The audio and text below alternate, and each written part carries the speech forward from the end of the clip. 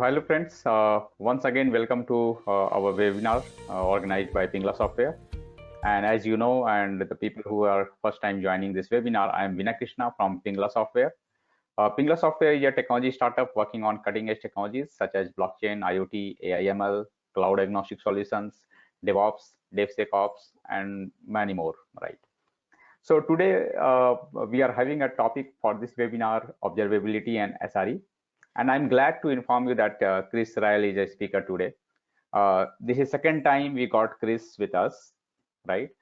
And last time when he was here and he was talking about DevOps trends, and after that we have got some these buzzword like observability and SRE both.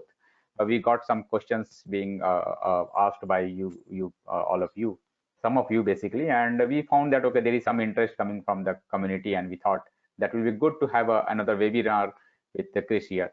So Chris is a DevOps advocate, advisory and research, and working at Splunk right now. He's passionate about connecting the dots between modern technology and real business use cases. He spends his time connecting with practitioners and vendors to understand how technology is used to increase application quality and release velocity. And he is well-known name in the DevOps world. So welcome, Chris. Once Thank again. you.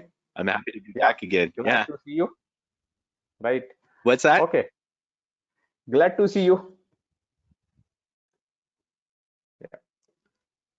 Okay. Again, before we will start with our discussion, I just wanted to tell all of the participants that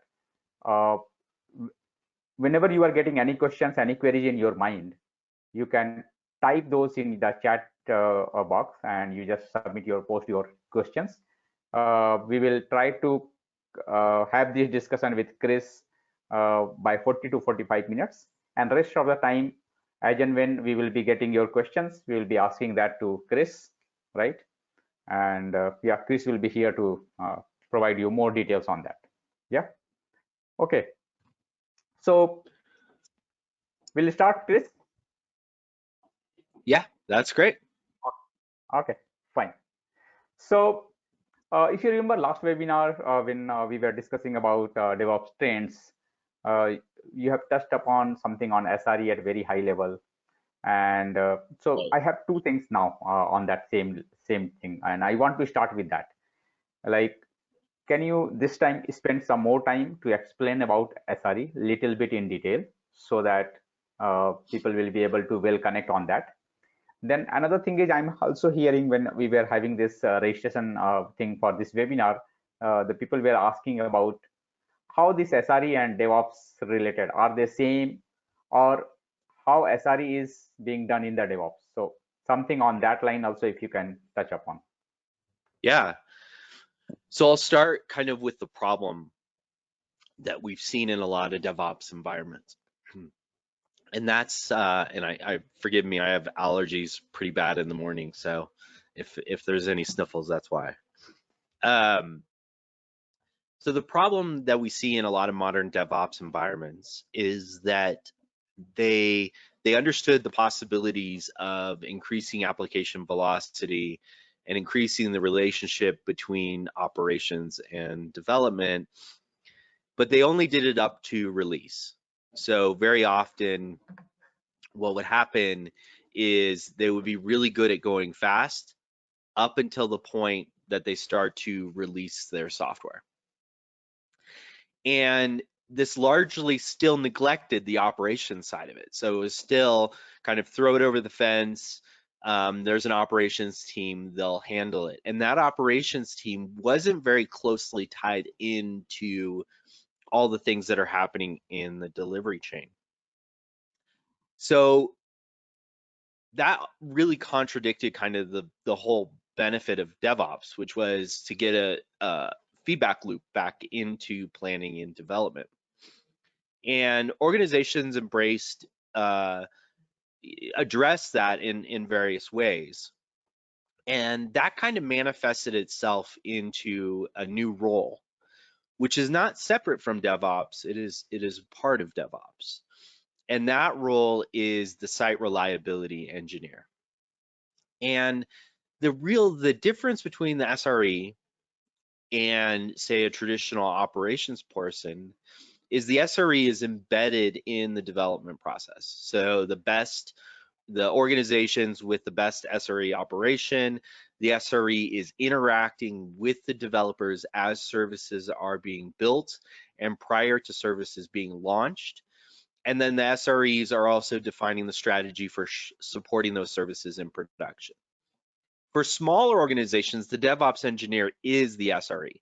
So the SRE is a function instead of a title and a role.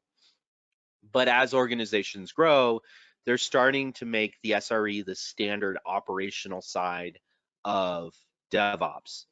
And really the purpose here is to complete the feedback loop from what happens in production back into planning, but also treat resilience as a strategy. Because a lot of times the way organizations would look at operations is they would look at it from the perspective of what do I do when something breaks?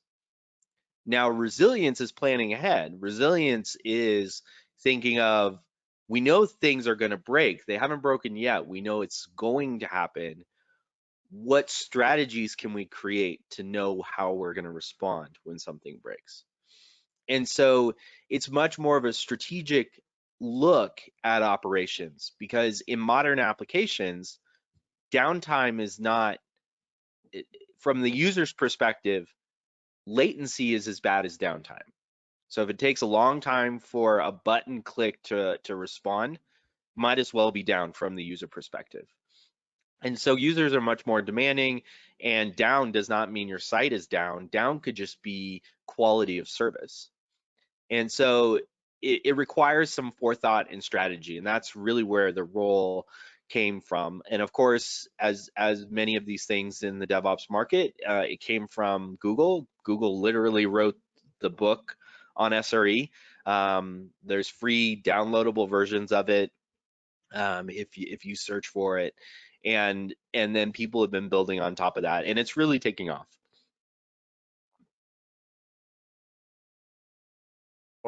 Okay, I got it. So I have one more thing here. When you are talking about like SRE is mostly from the it's inbuilt with the development also, right? The development side, and I heard also somewhere they have mentioned in the book as well, like SRE engineer, they are 50% actually working on that site reliability part, and 50% they are actually working on the product code, right?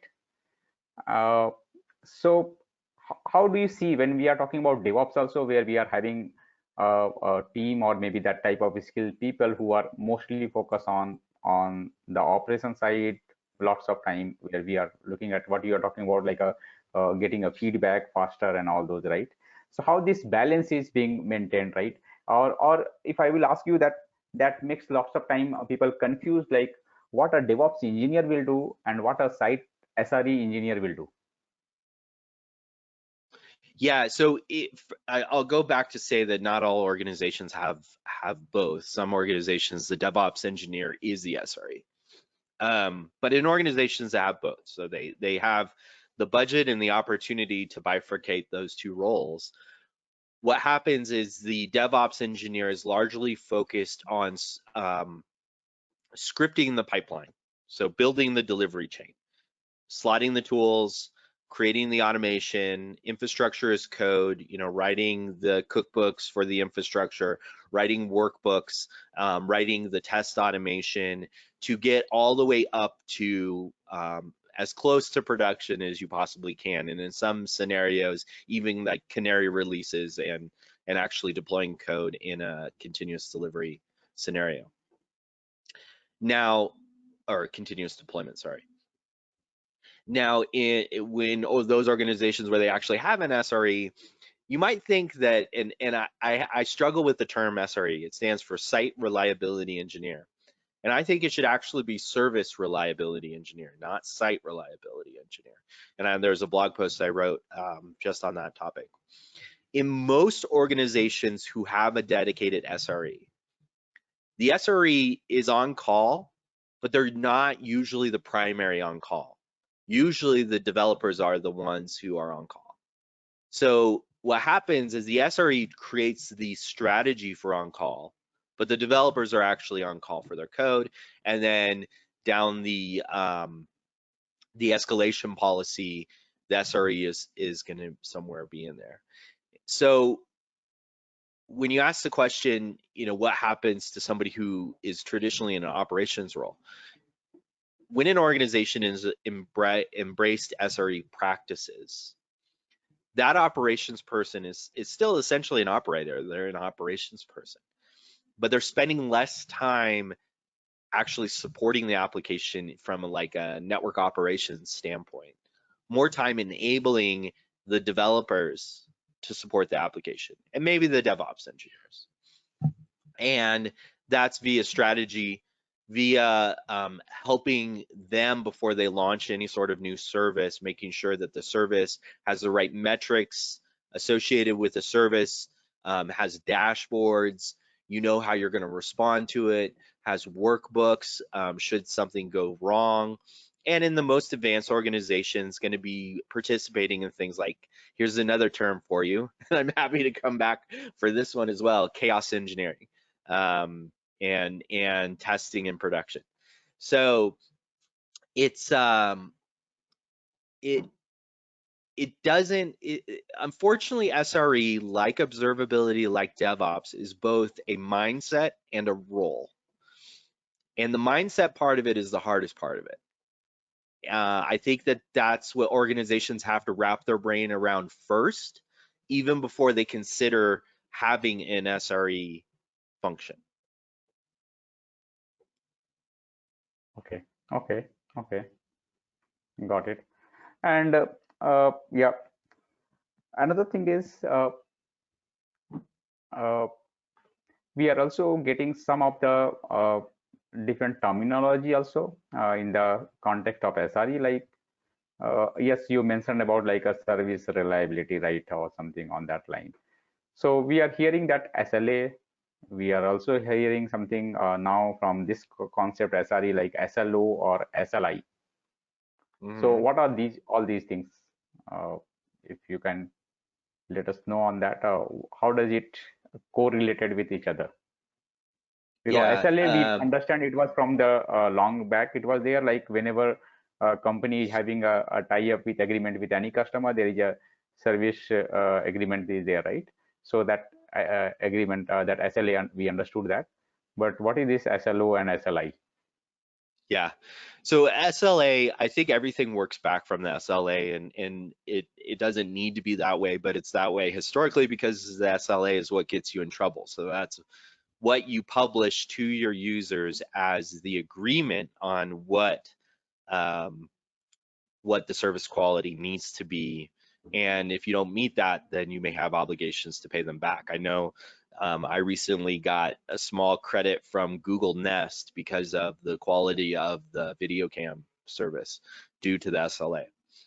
But you have SLAs internally too, which matters a lot. So internally between, especially in microservices-based applications, internally between services, you have agreements as well. They're not contractual so much, but they are agreements between services. So the objective is how you get to those agreements. It's exactly what it sounds like. These are your goals. These are how you expect the application to perform. And then the indicators, SLI, is how you measure that. How do you know that it's performing or not performing? It's not as easy as metrics from your infrastructure anymore. That doesn't work. There's a lot more elements to determining what your service quality is, and you need to define those, and they need to be very clear. Now, what's interesting is that SLA is universal. So the SLA is universal for the company. It's application level, and it stems from the user. Ultimately, everything should stem from the user.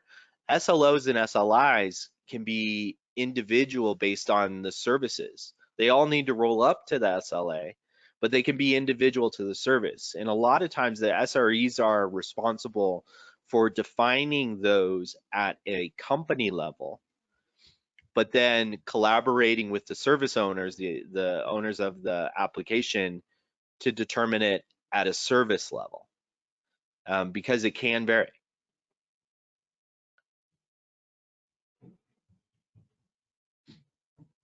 Yeah. Okay. Okay.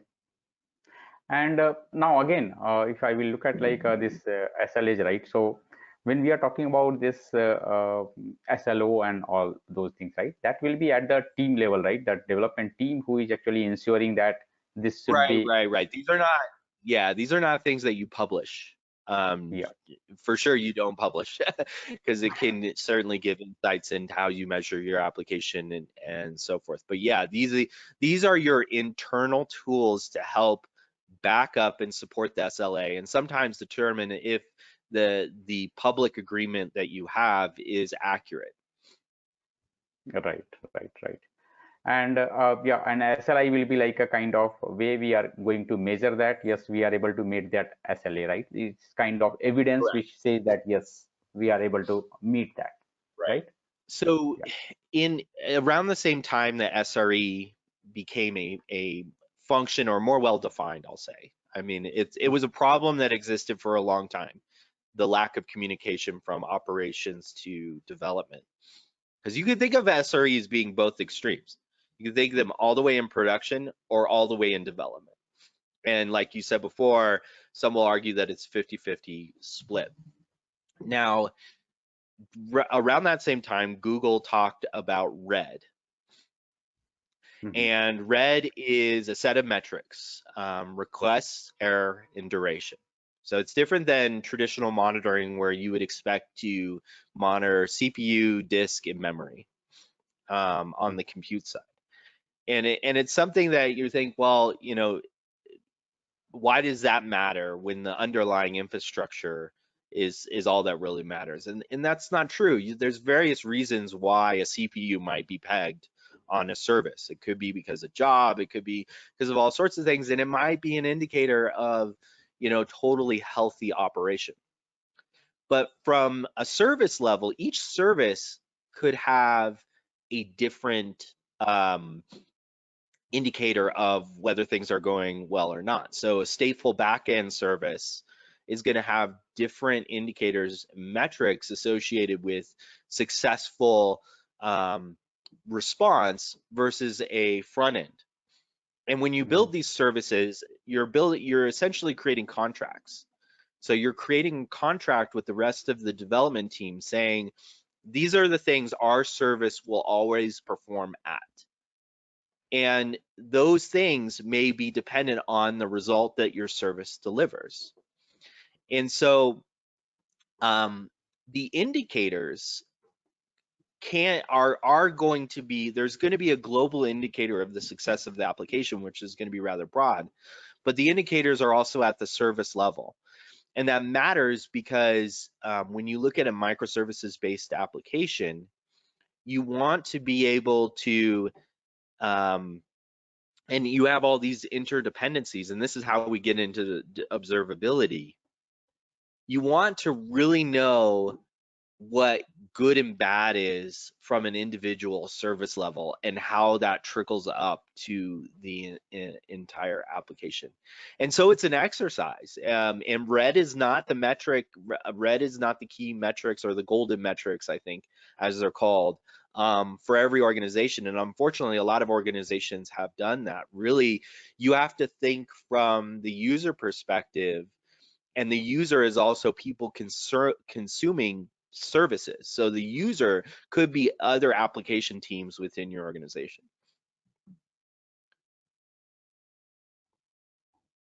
Great. So I just wanted to maybe if people are not aware of, like when we are talking about SLA, that is nothing but service level agreement. When we are talking about SLO, that is nothing but service level objectives. And when we are talking about SLI, that is nothing but service level indicators, right?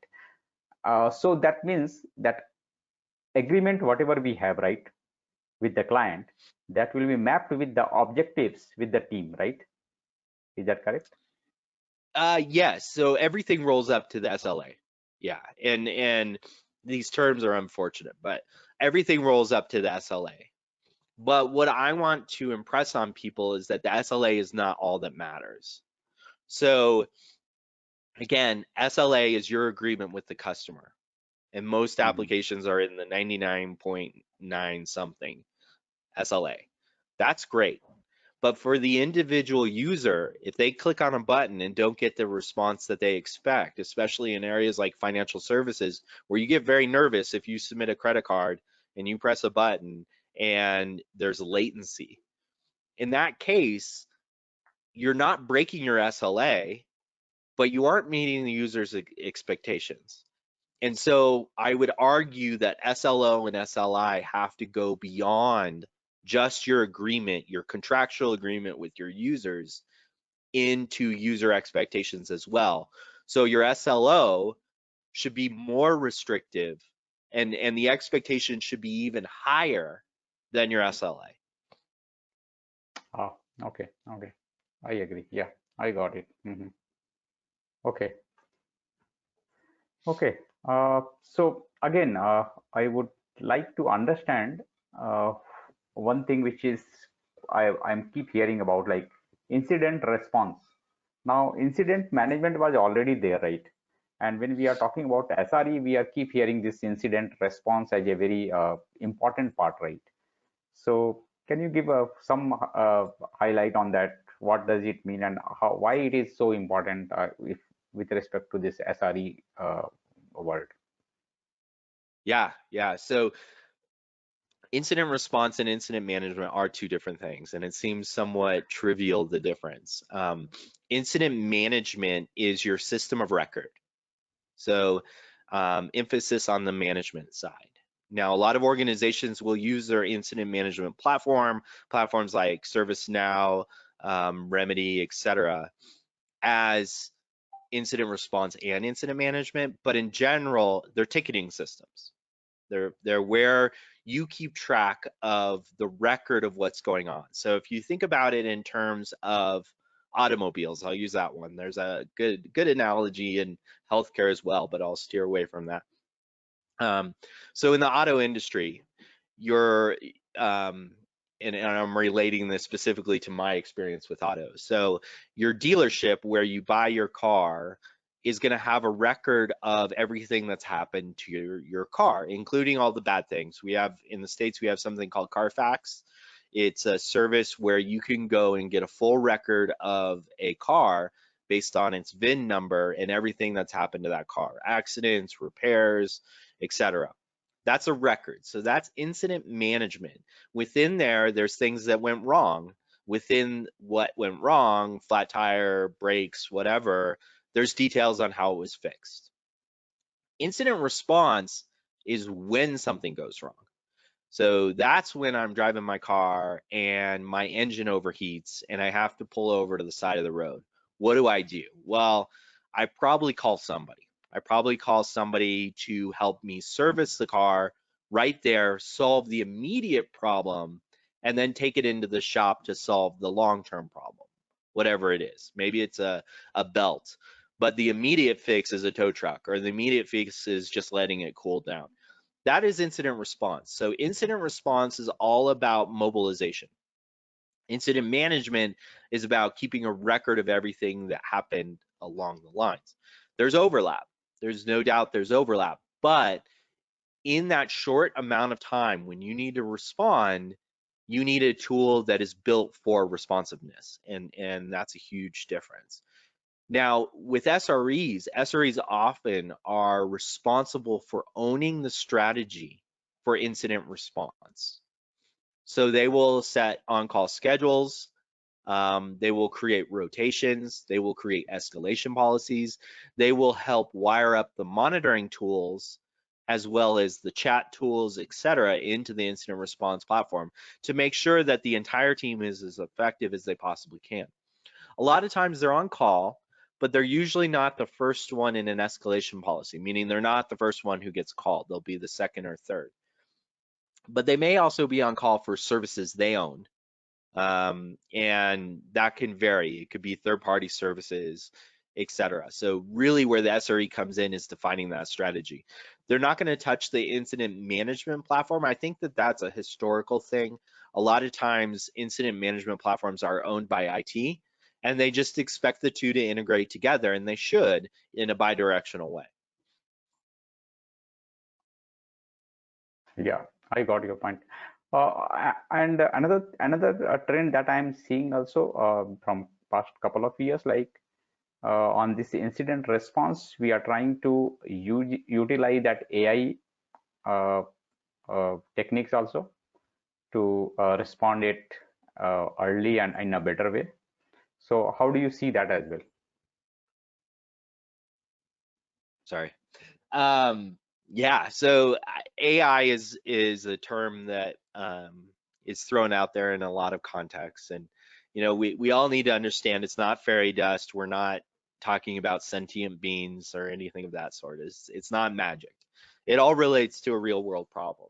In the area of incident response in particular, what you see is two big things. One is recommended responders. So I think we've probably all been familiar with this, and maybe some of you on the call are the person who this happens to. A lot of times when something breaks in a traditional like network operation model, they'll pick up the phone and always call the one person who always fixes everything, because there's usually kind of a de facto, go to this person, they know how everything works, they can fix it. Do we move to a model where developers are on call for the code that they build? Now, one of the problems is if I'm on call, but I'm not the expert, and maybe I acknowledge an alert, but I'm not the person to actually address it because I don't have the domain expertise and I've tried everything I can. Instead of going and calling that one person, machine learning can help me identify who the best person is based on a history of incidents. So if there's a similar incident and we know somebody has resolved that incident successfully in the past, then it'll help me understand who that person is and add them to the incident. Excuse me. The other area is similar incidents. So I need to define here. An event is not an incident. Incidents are comprised of events. And especially in microservices where you have a collection of events, so things that happen across the platform, they usually roll up into a single incident, especially in scenarios where incidents can cascade, because that's bad. And so you'll get a lot of alerts, you'll get a lot of events triggered, but no one of them is the incident itself. The incident is a culmination of all that relate together. And so it's also important to have technology that will collapse incidents so you don't get alert fatigue, collapse similar incidents together so that when you have a current incident, you can look historically at incidents that have been similar based on all those collection of alerts and events and see the audit trail for that and how it was resolved to get quicker to resolution. This is all driven by machine learning, which rolls up under the umbrella AI, but it is machine learning based technology. The next step is auto remediation. So identifying similar incidents, identifying fixes, and then actually fixing them. Now, the way that is done, it still requires the human to create the runbooks and the scripts for the resolution, but the system will automatically run those for you as a first pass. So if you think about an escalation policy, the first step on the escalation policy is an attempt to run these auto remediation scripts, and then you go down the escalation policy of humans if that fails. Yeah, that's good to hear. And even maybe the chatbot or something uh, can be possible with the help of what the data we are having, and that will also remove that first level of like interaction with like lots of people are coming with the similar type of questions, queries, and similar incident, right? So that is also something can be integrated in that case. Absolutely. Yeah. Okay. So I have one point here. Okay. So just consider organization which is having existing legacy application also. They are going to go with the modern architecture and all those way, right? But just look at like their previous background is like it was a monolithic application, or maybe they have tried to make it as like a layered architecture also, but still that way they were working was completely on the traditional way, right? Now if they are going with this SRE uh, adoption, right, what should be the strategy they should have at the organizational level to uh, go those things is smooth? I understand that it's not only the tool, but it's also that people and human thing, right? So how they Yeah. should start with, what will be the starting point, and how they will be ensuring that okay, that is going into a right direction? So what is your thought in that case?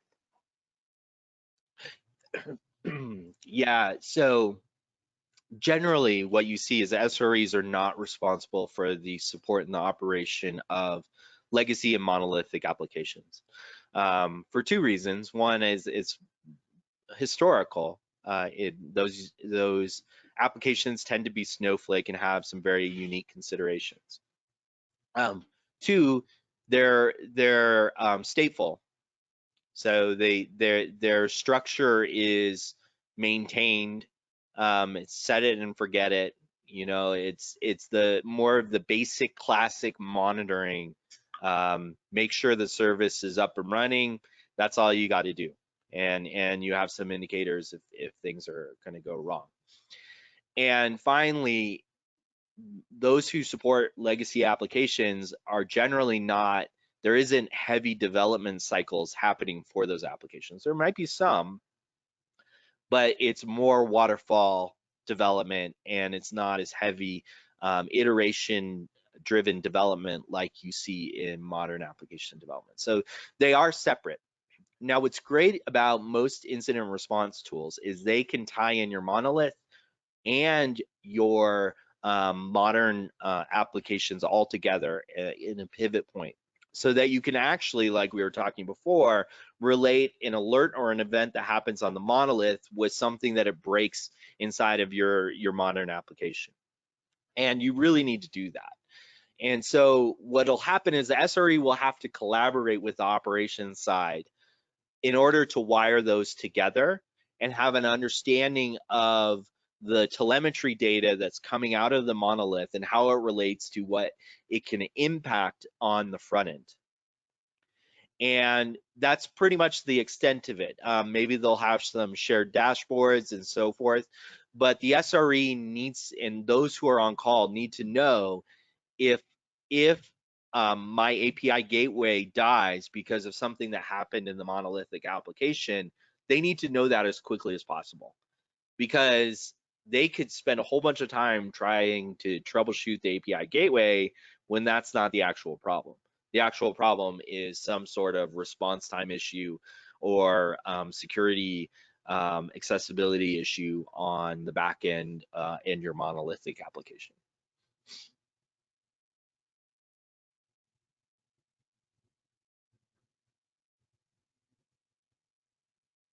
That answer that question. So I would like to move to the another part, which is on the observability. And uh, so last time also you have talked about that.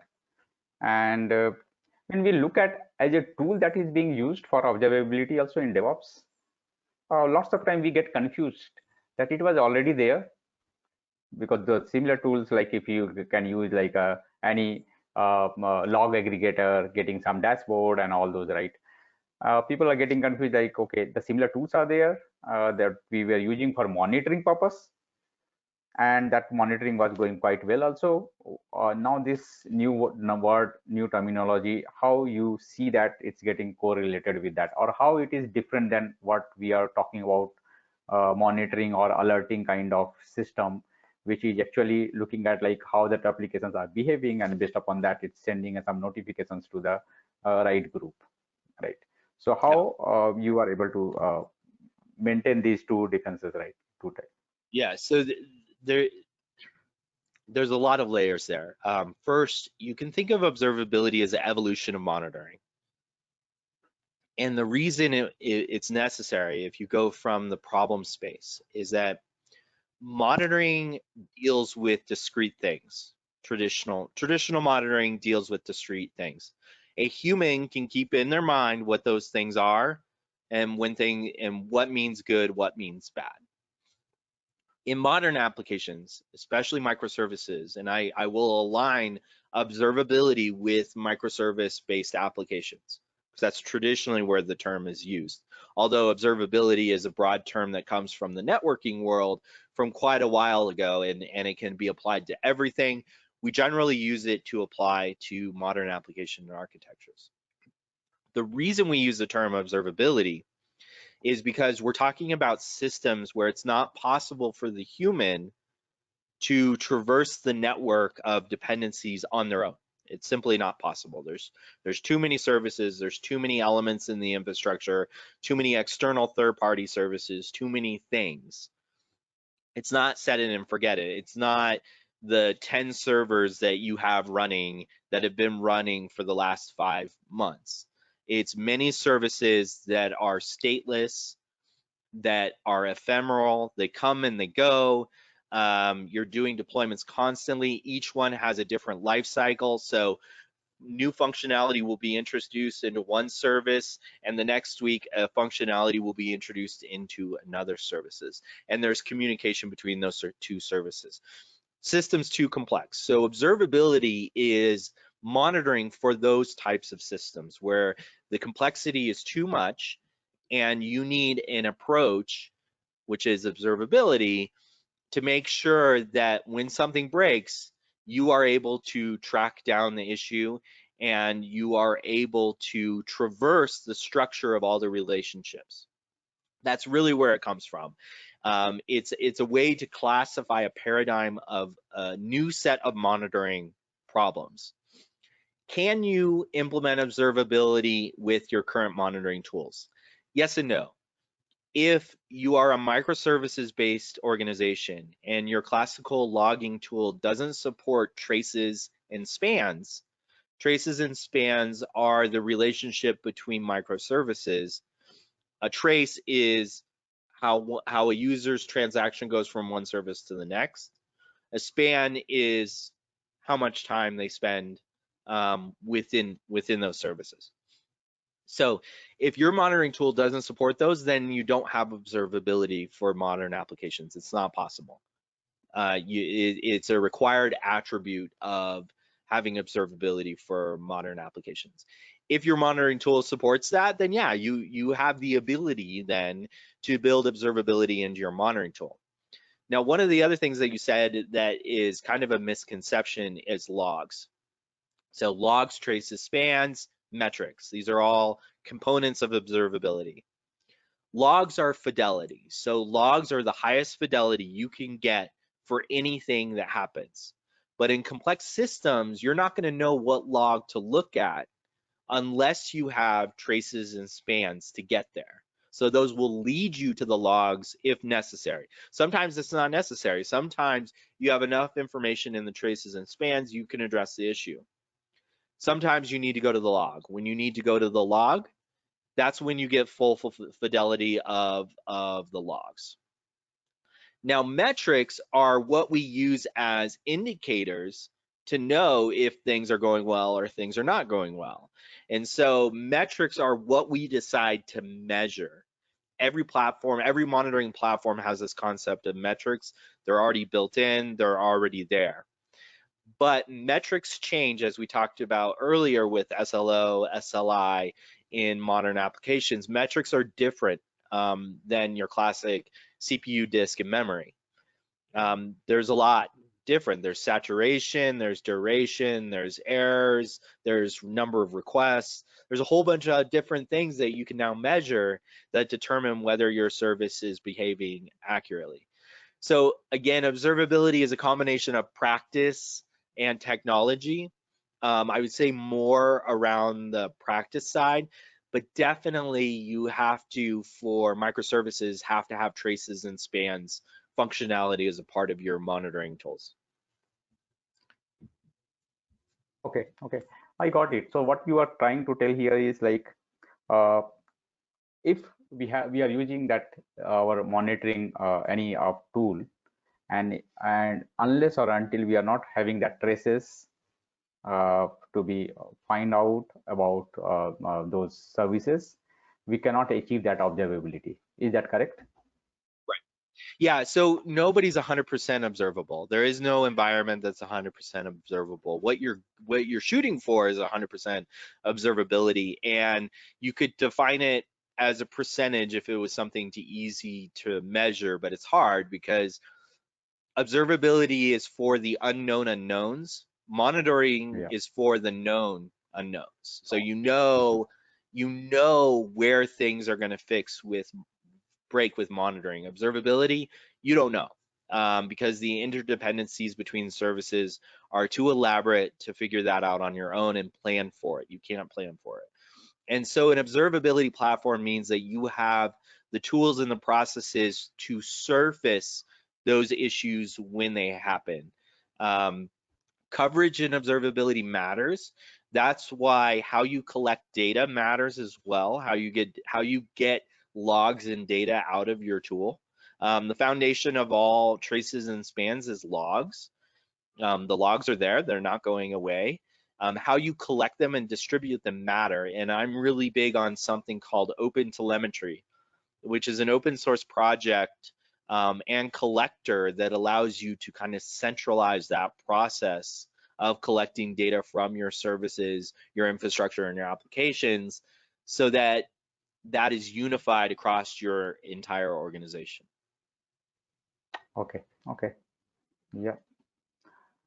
And that's the reason this observability also go very hand on hand with SRE. Is that correct? Like here also SRE It we are does. talking about. Yeah. Yeah, you would expect, and it's because SRE is generally associated with modern applications. Observability is generally associated with modern applications. They do go hand in hand. SREs are very often the owners of the observability tools. They will create the organization level dashboards and work with developers to create the service level dashboards and metrics and indicators that they're going to be measured by. And so they are really stewards of observability within the organization. Yeah. Okay. Okay. Great. Okay. We have a couple of questions also. We'll start with that, and in between, if you will get more question, we will discuss that as well. Otherwise, we will look at some of my questions again. So, that Joseph, he has asked about in the cloud environment, when does SRE kick in? Yeah, so the SRE is obviously you can use cloud for dev test, and some organizations do that. The SRE is going to largely own the production side of the cloud environment, monitoring the services and applications running in the cloud, including serverless, because serverless is an aspect of observability and SRE as well. It's part of your application. As I said earlier, SRE is on two extremes. One is the production side, and the other, and I think this gets to a later question as well, the other is on the developer side, working with the developers and coming up with strategies. On the production side, the framework, the general architecture may be set up by the SRE organization. It may be set up by DevOps engineering. The strategy for knowing how to support that is usually owned by the SRE. And sometimes the SRE is actually on call for all the services running in the cloud. Okay, okay. So we have another question from Murli, and he is asking, what are the SRE technology stack? Yeah, so it doesn't really change. I think some of the things that are unique for the SRE is an observability tool. So a monitoring tool that has observability functionality is another way to look at it. But also an incident response tool. I think all good SRE environments have an incident response tool, and that incident response tool is mostly going to be owned by the SRE. So in terms of the tool chain and the management plane that the SREs touch, it's incident response and the monitoring observability tooling. Sometimes they develop, sometimes they don't. When they develop, a lot of times it's going to be all around that management plane, creating automation, building run books, etc. So there might be tooling associated with that, but predominantly it's going to be on the monitoring side of things. They also are going to have to be very familiar with collectors and agents and how telemetry data is coming out of the infrastructure and the tools. And that again is where I'm really big in the open telemetry project and the development that's going on there. Okay. So we have one more question from Manoj, and his question is, 1 minute. Let me just. Can you give few examples of SLO and SLIs in application side and how it is measured? Yeah. All right. So SLAs we know are published documents as a part of the application. SLO can sometimes be referred to as contracts between services. So SLO in that format, a contract is a published document that says how two services will communicate to each other, or it is a document that specifies my service will take this data in, give this result back in this amount of time, in this format, in this whatever. And it's a contract. It's an agreement you're making to the rest of the services inside of the organization. Sometimes it's straight up documentation. Your objective is what you want it to be. So if it's based on red metrics, it's going to be your thresholds that you want them to be. This is not, and it's not just is the service running, it's this is how the service should be performing. Your indicator is the red metrics. So your objective is what you want the red metrics to report, the thresholds. Your indicator is the error duration that you are actually measuring. So you've decided we are going to measure requests, errors in duration. The combination of those three are going to be what determine the quality of the service. Our objective is that we expect those three to be within this XYZ threshold. And it doesn't have to be just request error duration. There's a lot of things that you can measure when it comes to modern services. Okay. Okay. I hope that answers his question. Then I have another question from Janmejay, and his question is, he's working as SRE. Is it true that SRE is supposed to help the business understand the likelihood and difficulty of meeting the SLO contained in the SLAs? So I think there's two aspects of that. One, I appreciate you saying the business. The whole point of the SRE is absolutely to get closer to the application's impact on the business. How much? So there's it's hard to do these without throwing new terms out there. So I got two new ones for you: value stream mapping and value stream management.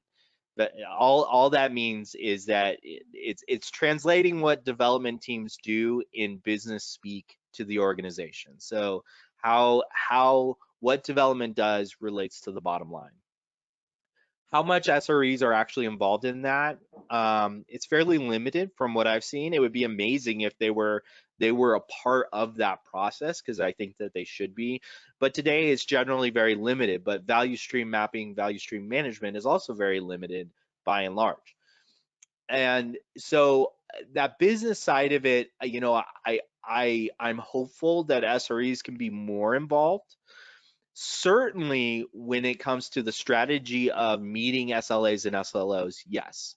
So the SRE should be responsible for highlighting, surfacing risk areas, both in terms of inadequacies of measurement, which is inadequacies of observability, in order to know whether you're meeting SLAs and SLOs, because they're going to be the best to identify those, but also potential risk areas where the new things are being introduced into the system, which could prevent meeting SLOs, SLAs, which includes SecOps, because it could be that something that the security team is doing could impact the quality of the application and the service being provided.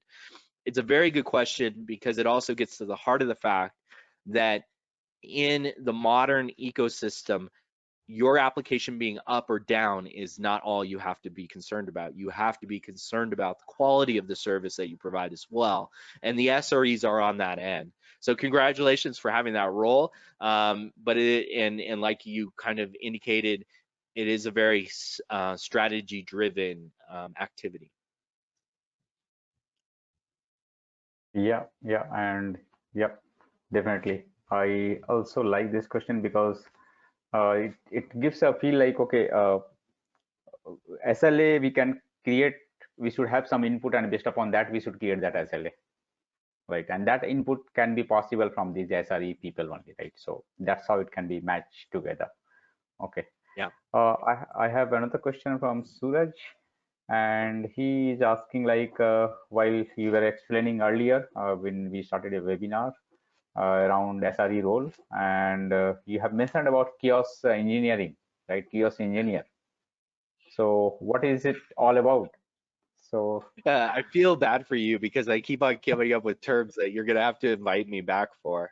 I really love chaos engineering, and I could talk about chaos that engineering you're and talking feature about something flagging. on the Simian that tools like Kiosk Monkey, or that way. Yeah. So that's where again, it's these big companies that Netflix Netflix, created yeah, Chaos Monkey.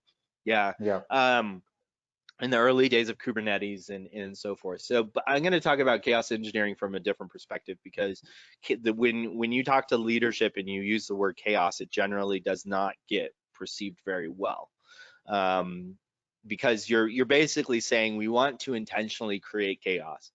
Now, it starts from one simple foundation, and that foundation is that your organization has accepted that things will break eventually. Something will break down the road, something bad's going to happen, and you have to do something about that.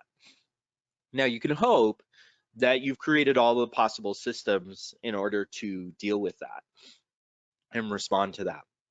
In chaos engineering and in complex applications, there's this idea of like, well, you don't really know what impact an outage, a pod dropping is going to have on your service. You don't really know. You don't really know what's going to happen when a cluster comes down in your application. So chaos engineering is testing that. It's experiments. So they're actually really controlled experiments where you intentionally bring down things, you break stuff on purpose. The reason you do it is you want to see what happens. Does it cascade? And you want to see, do you have the tools to resolve it? So it's planned. There is a management layer to chaos engineering, and there's tooling out there to address that. It's planned experiments to see what happens. Once you know what's going to happen, then you create run books and escalation policies and on-call strategies to address those very issues when they happen in the future. And there can be randomness to this, but it doesn't have to be 100% random. And it's all about resilience. So hopefully you've planned ahead enough that you have duplicate sets and you know what's going to happen if a pod comes down. Hopefully you planned enough. What this is testing that hypothesis, testing the hypothesis of thinking you planned enough, let's actually see what happens. And generally, if something really bad happens in a chaos engineering process, you're going to be able to respond very quickly. And that's too bad. But it's better that you know now than if that happened in production where everyone's caught off guard and doesn't know what to do. And just to understand, it happens on the production, that they make those things down on the production? It doesn't have to happen in production. Chaos engineering can be an aspect of testing, but Netflix does it in production. There's a lot of organizations that do. Yeah, yeah. That's very what you can say a daring step, right? You should have the very good confidence on your entire system. You need to build that, and then only you can go with that. They'll take down whole regions in production to see what happens. Yep. Right. Yeah, it reminds me something long back we were doing a mutation testing, if you have heard about. So what we were doing is like we have written a lots of unit test cases. We are going and making a change in the code and seeing that whether the test cases are failing or not. Yeah. So that's if it's not failing, that means the test cases are useless. Yeah. That's chaos engineering essentially in testing. And the great thing is there's tools like Chaos Gun Monkey to help you do that a little bit faster and at a larger scale. Okay. Yeah. So guys, any more question that you have? You can ask or you can type here also. If not, I guess we are saving our 3 minutes. Okay. Well, I appreciate it. I always enjoy this, and I have to say that the community that you work with always has fantastic questions, so I appreciate that a lot. Yeah. Okay. So thank you, Krish. Thanks for joining us and making this entire webinar knowledgeable, and it's really enlightened when you are coming with those experience and helping us to understand those so many jargons, and you are throwing again a new jargons which will help us to get you once again for something like definitely. So, ambiguate 2, add 3 more. Okay, so thanks a lot guys for joining this webinar. Hope you also enjoyed this. Stay safe and stay healthy. Thank you. Bye-bye.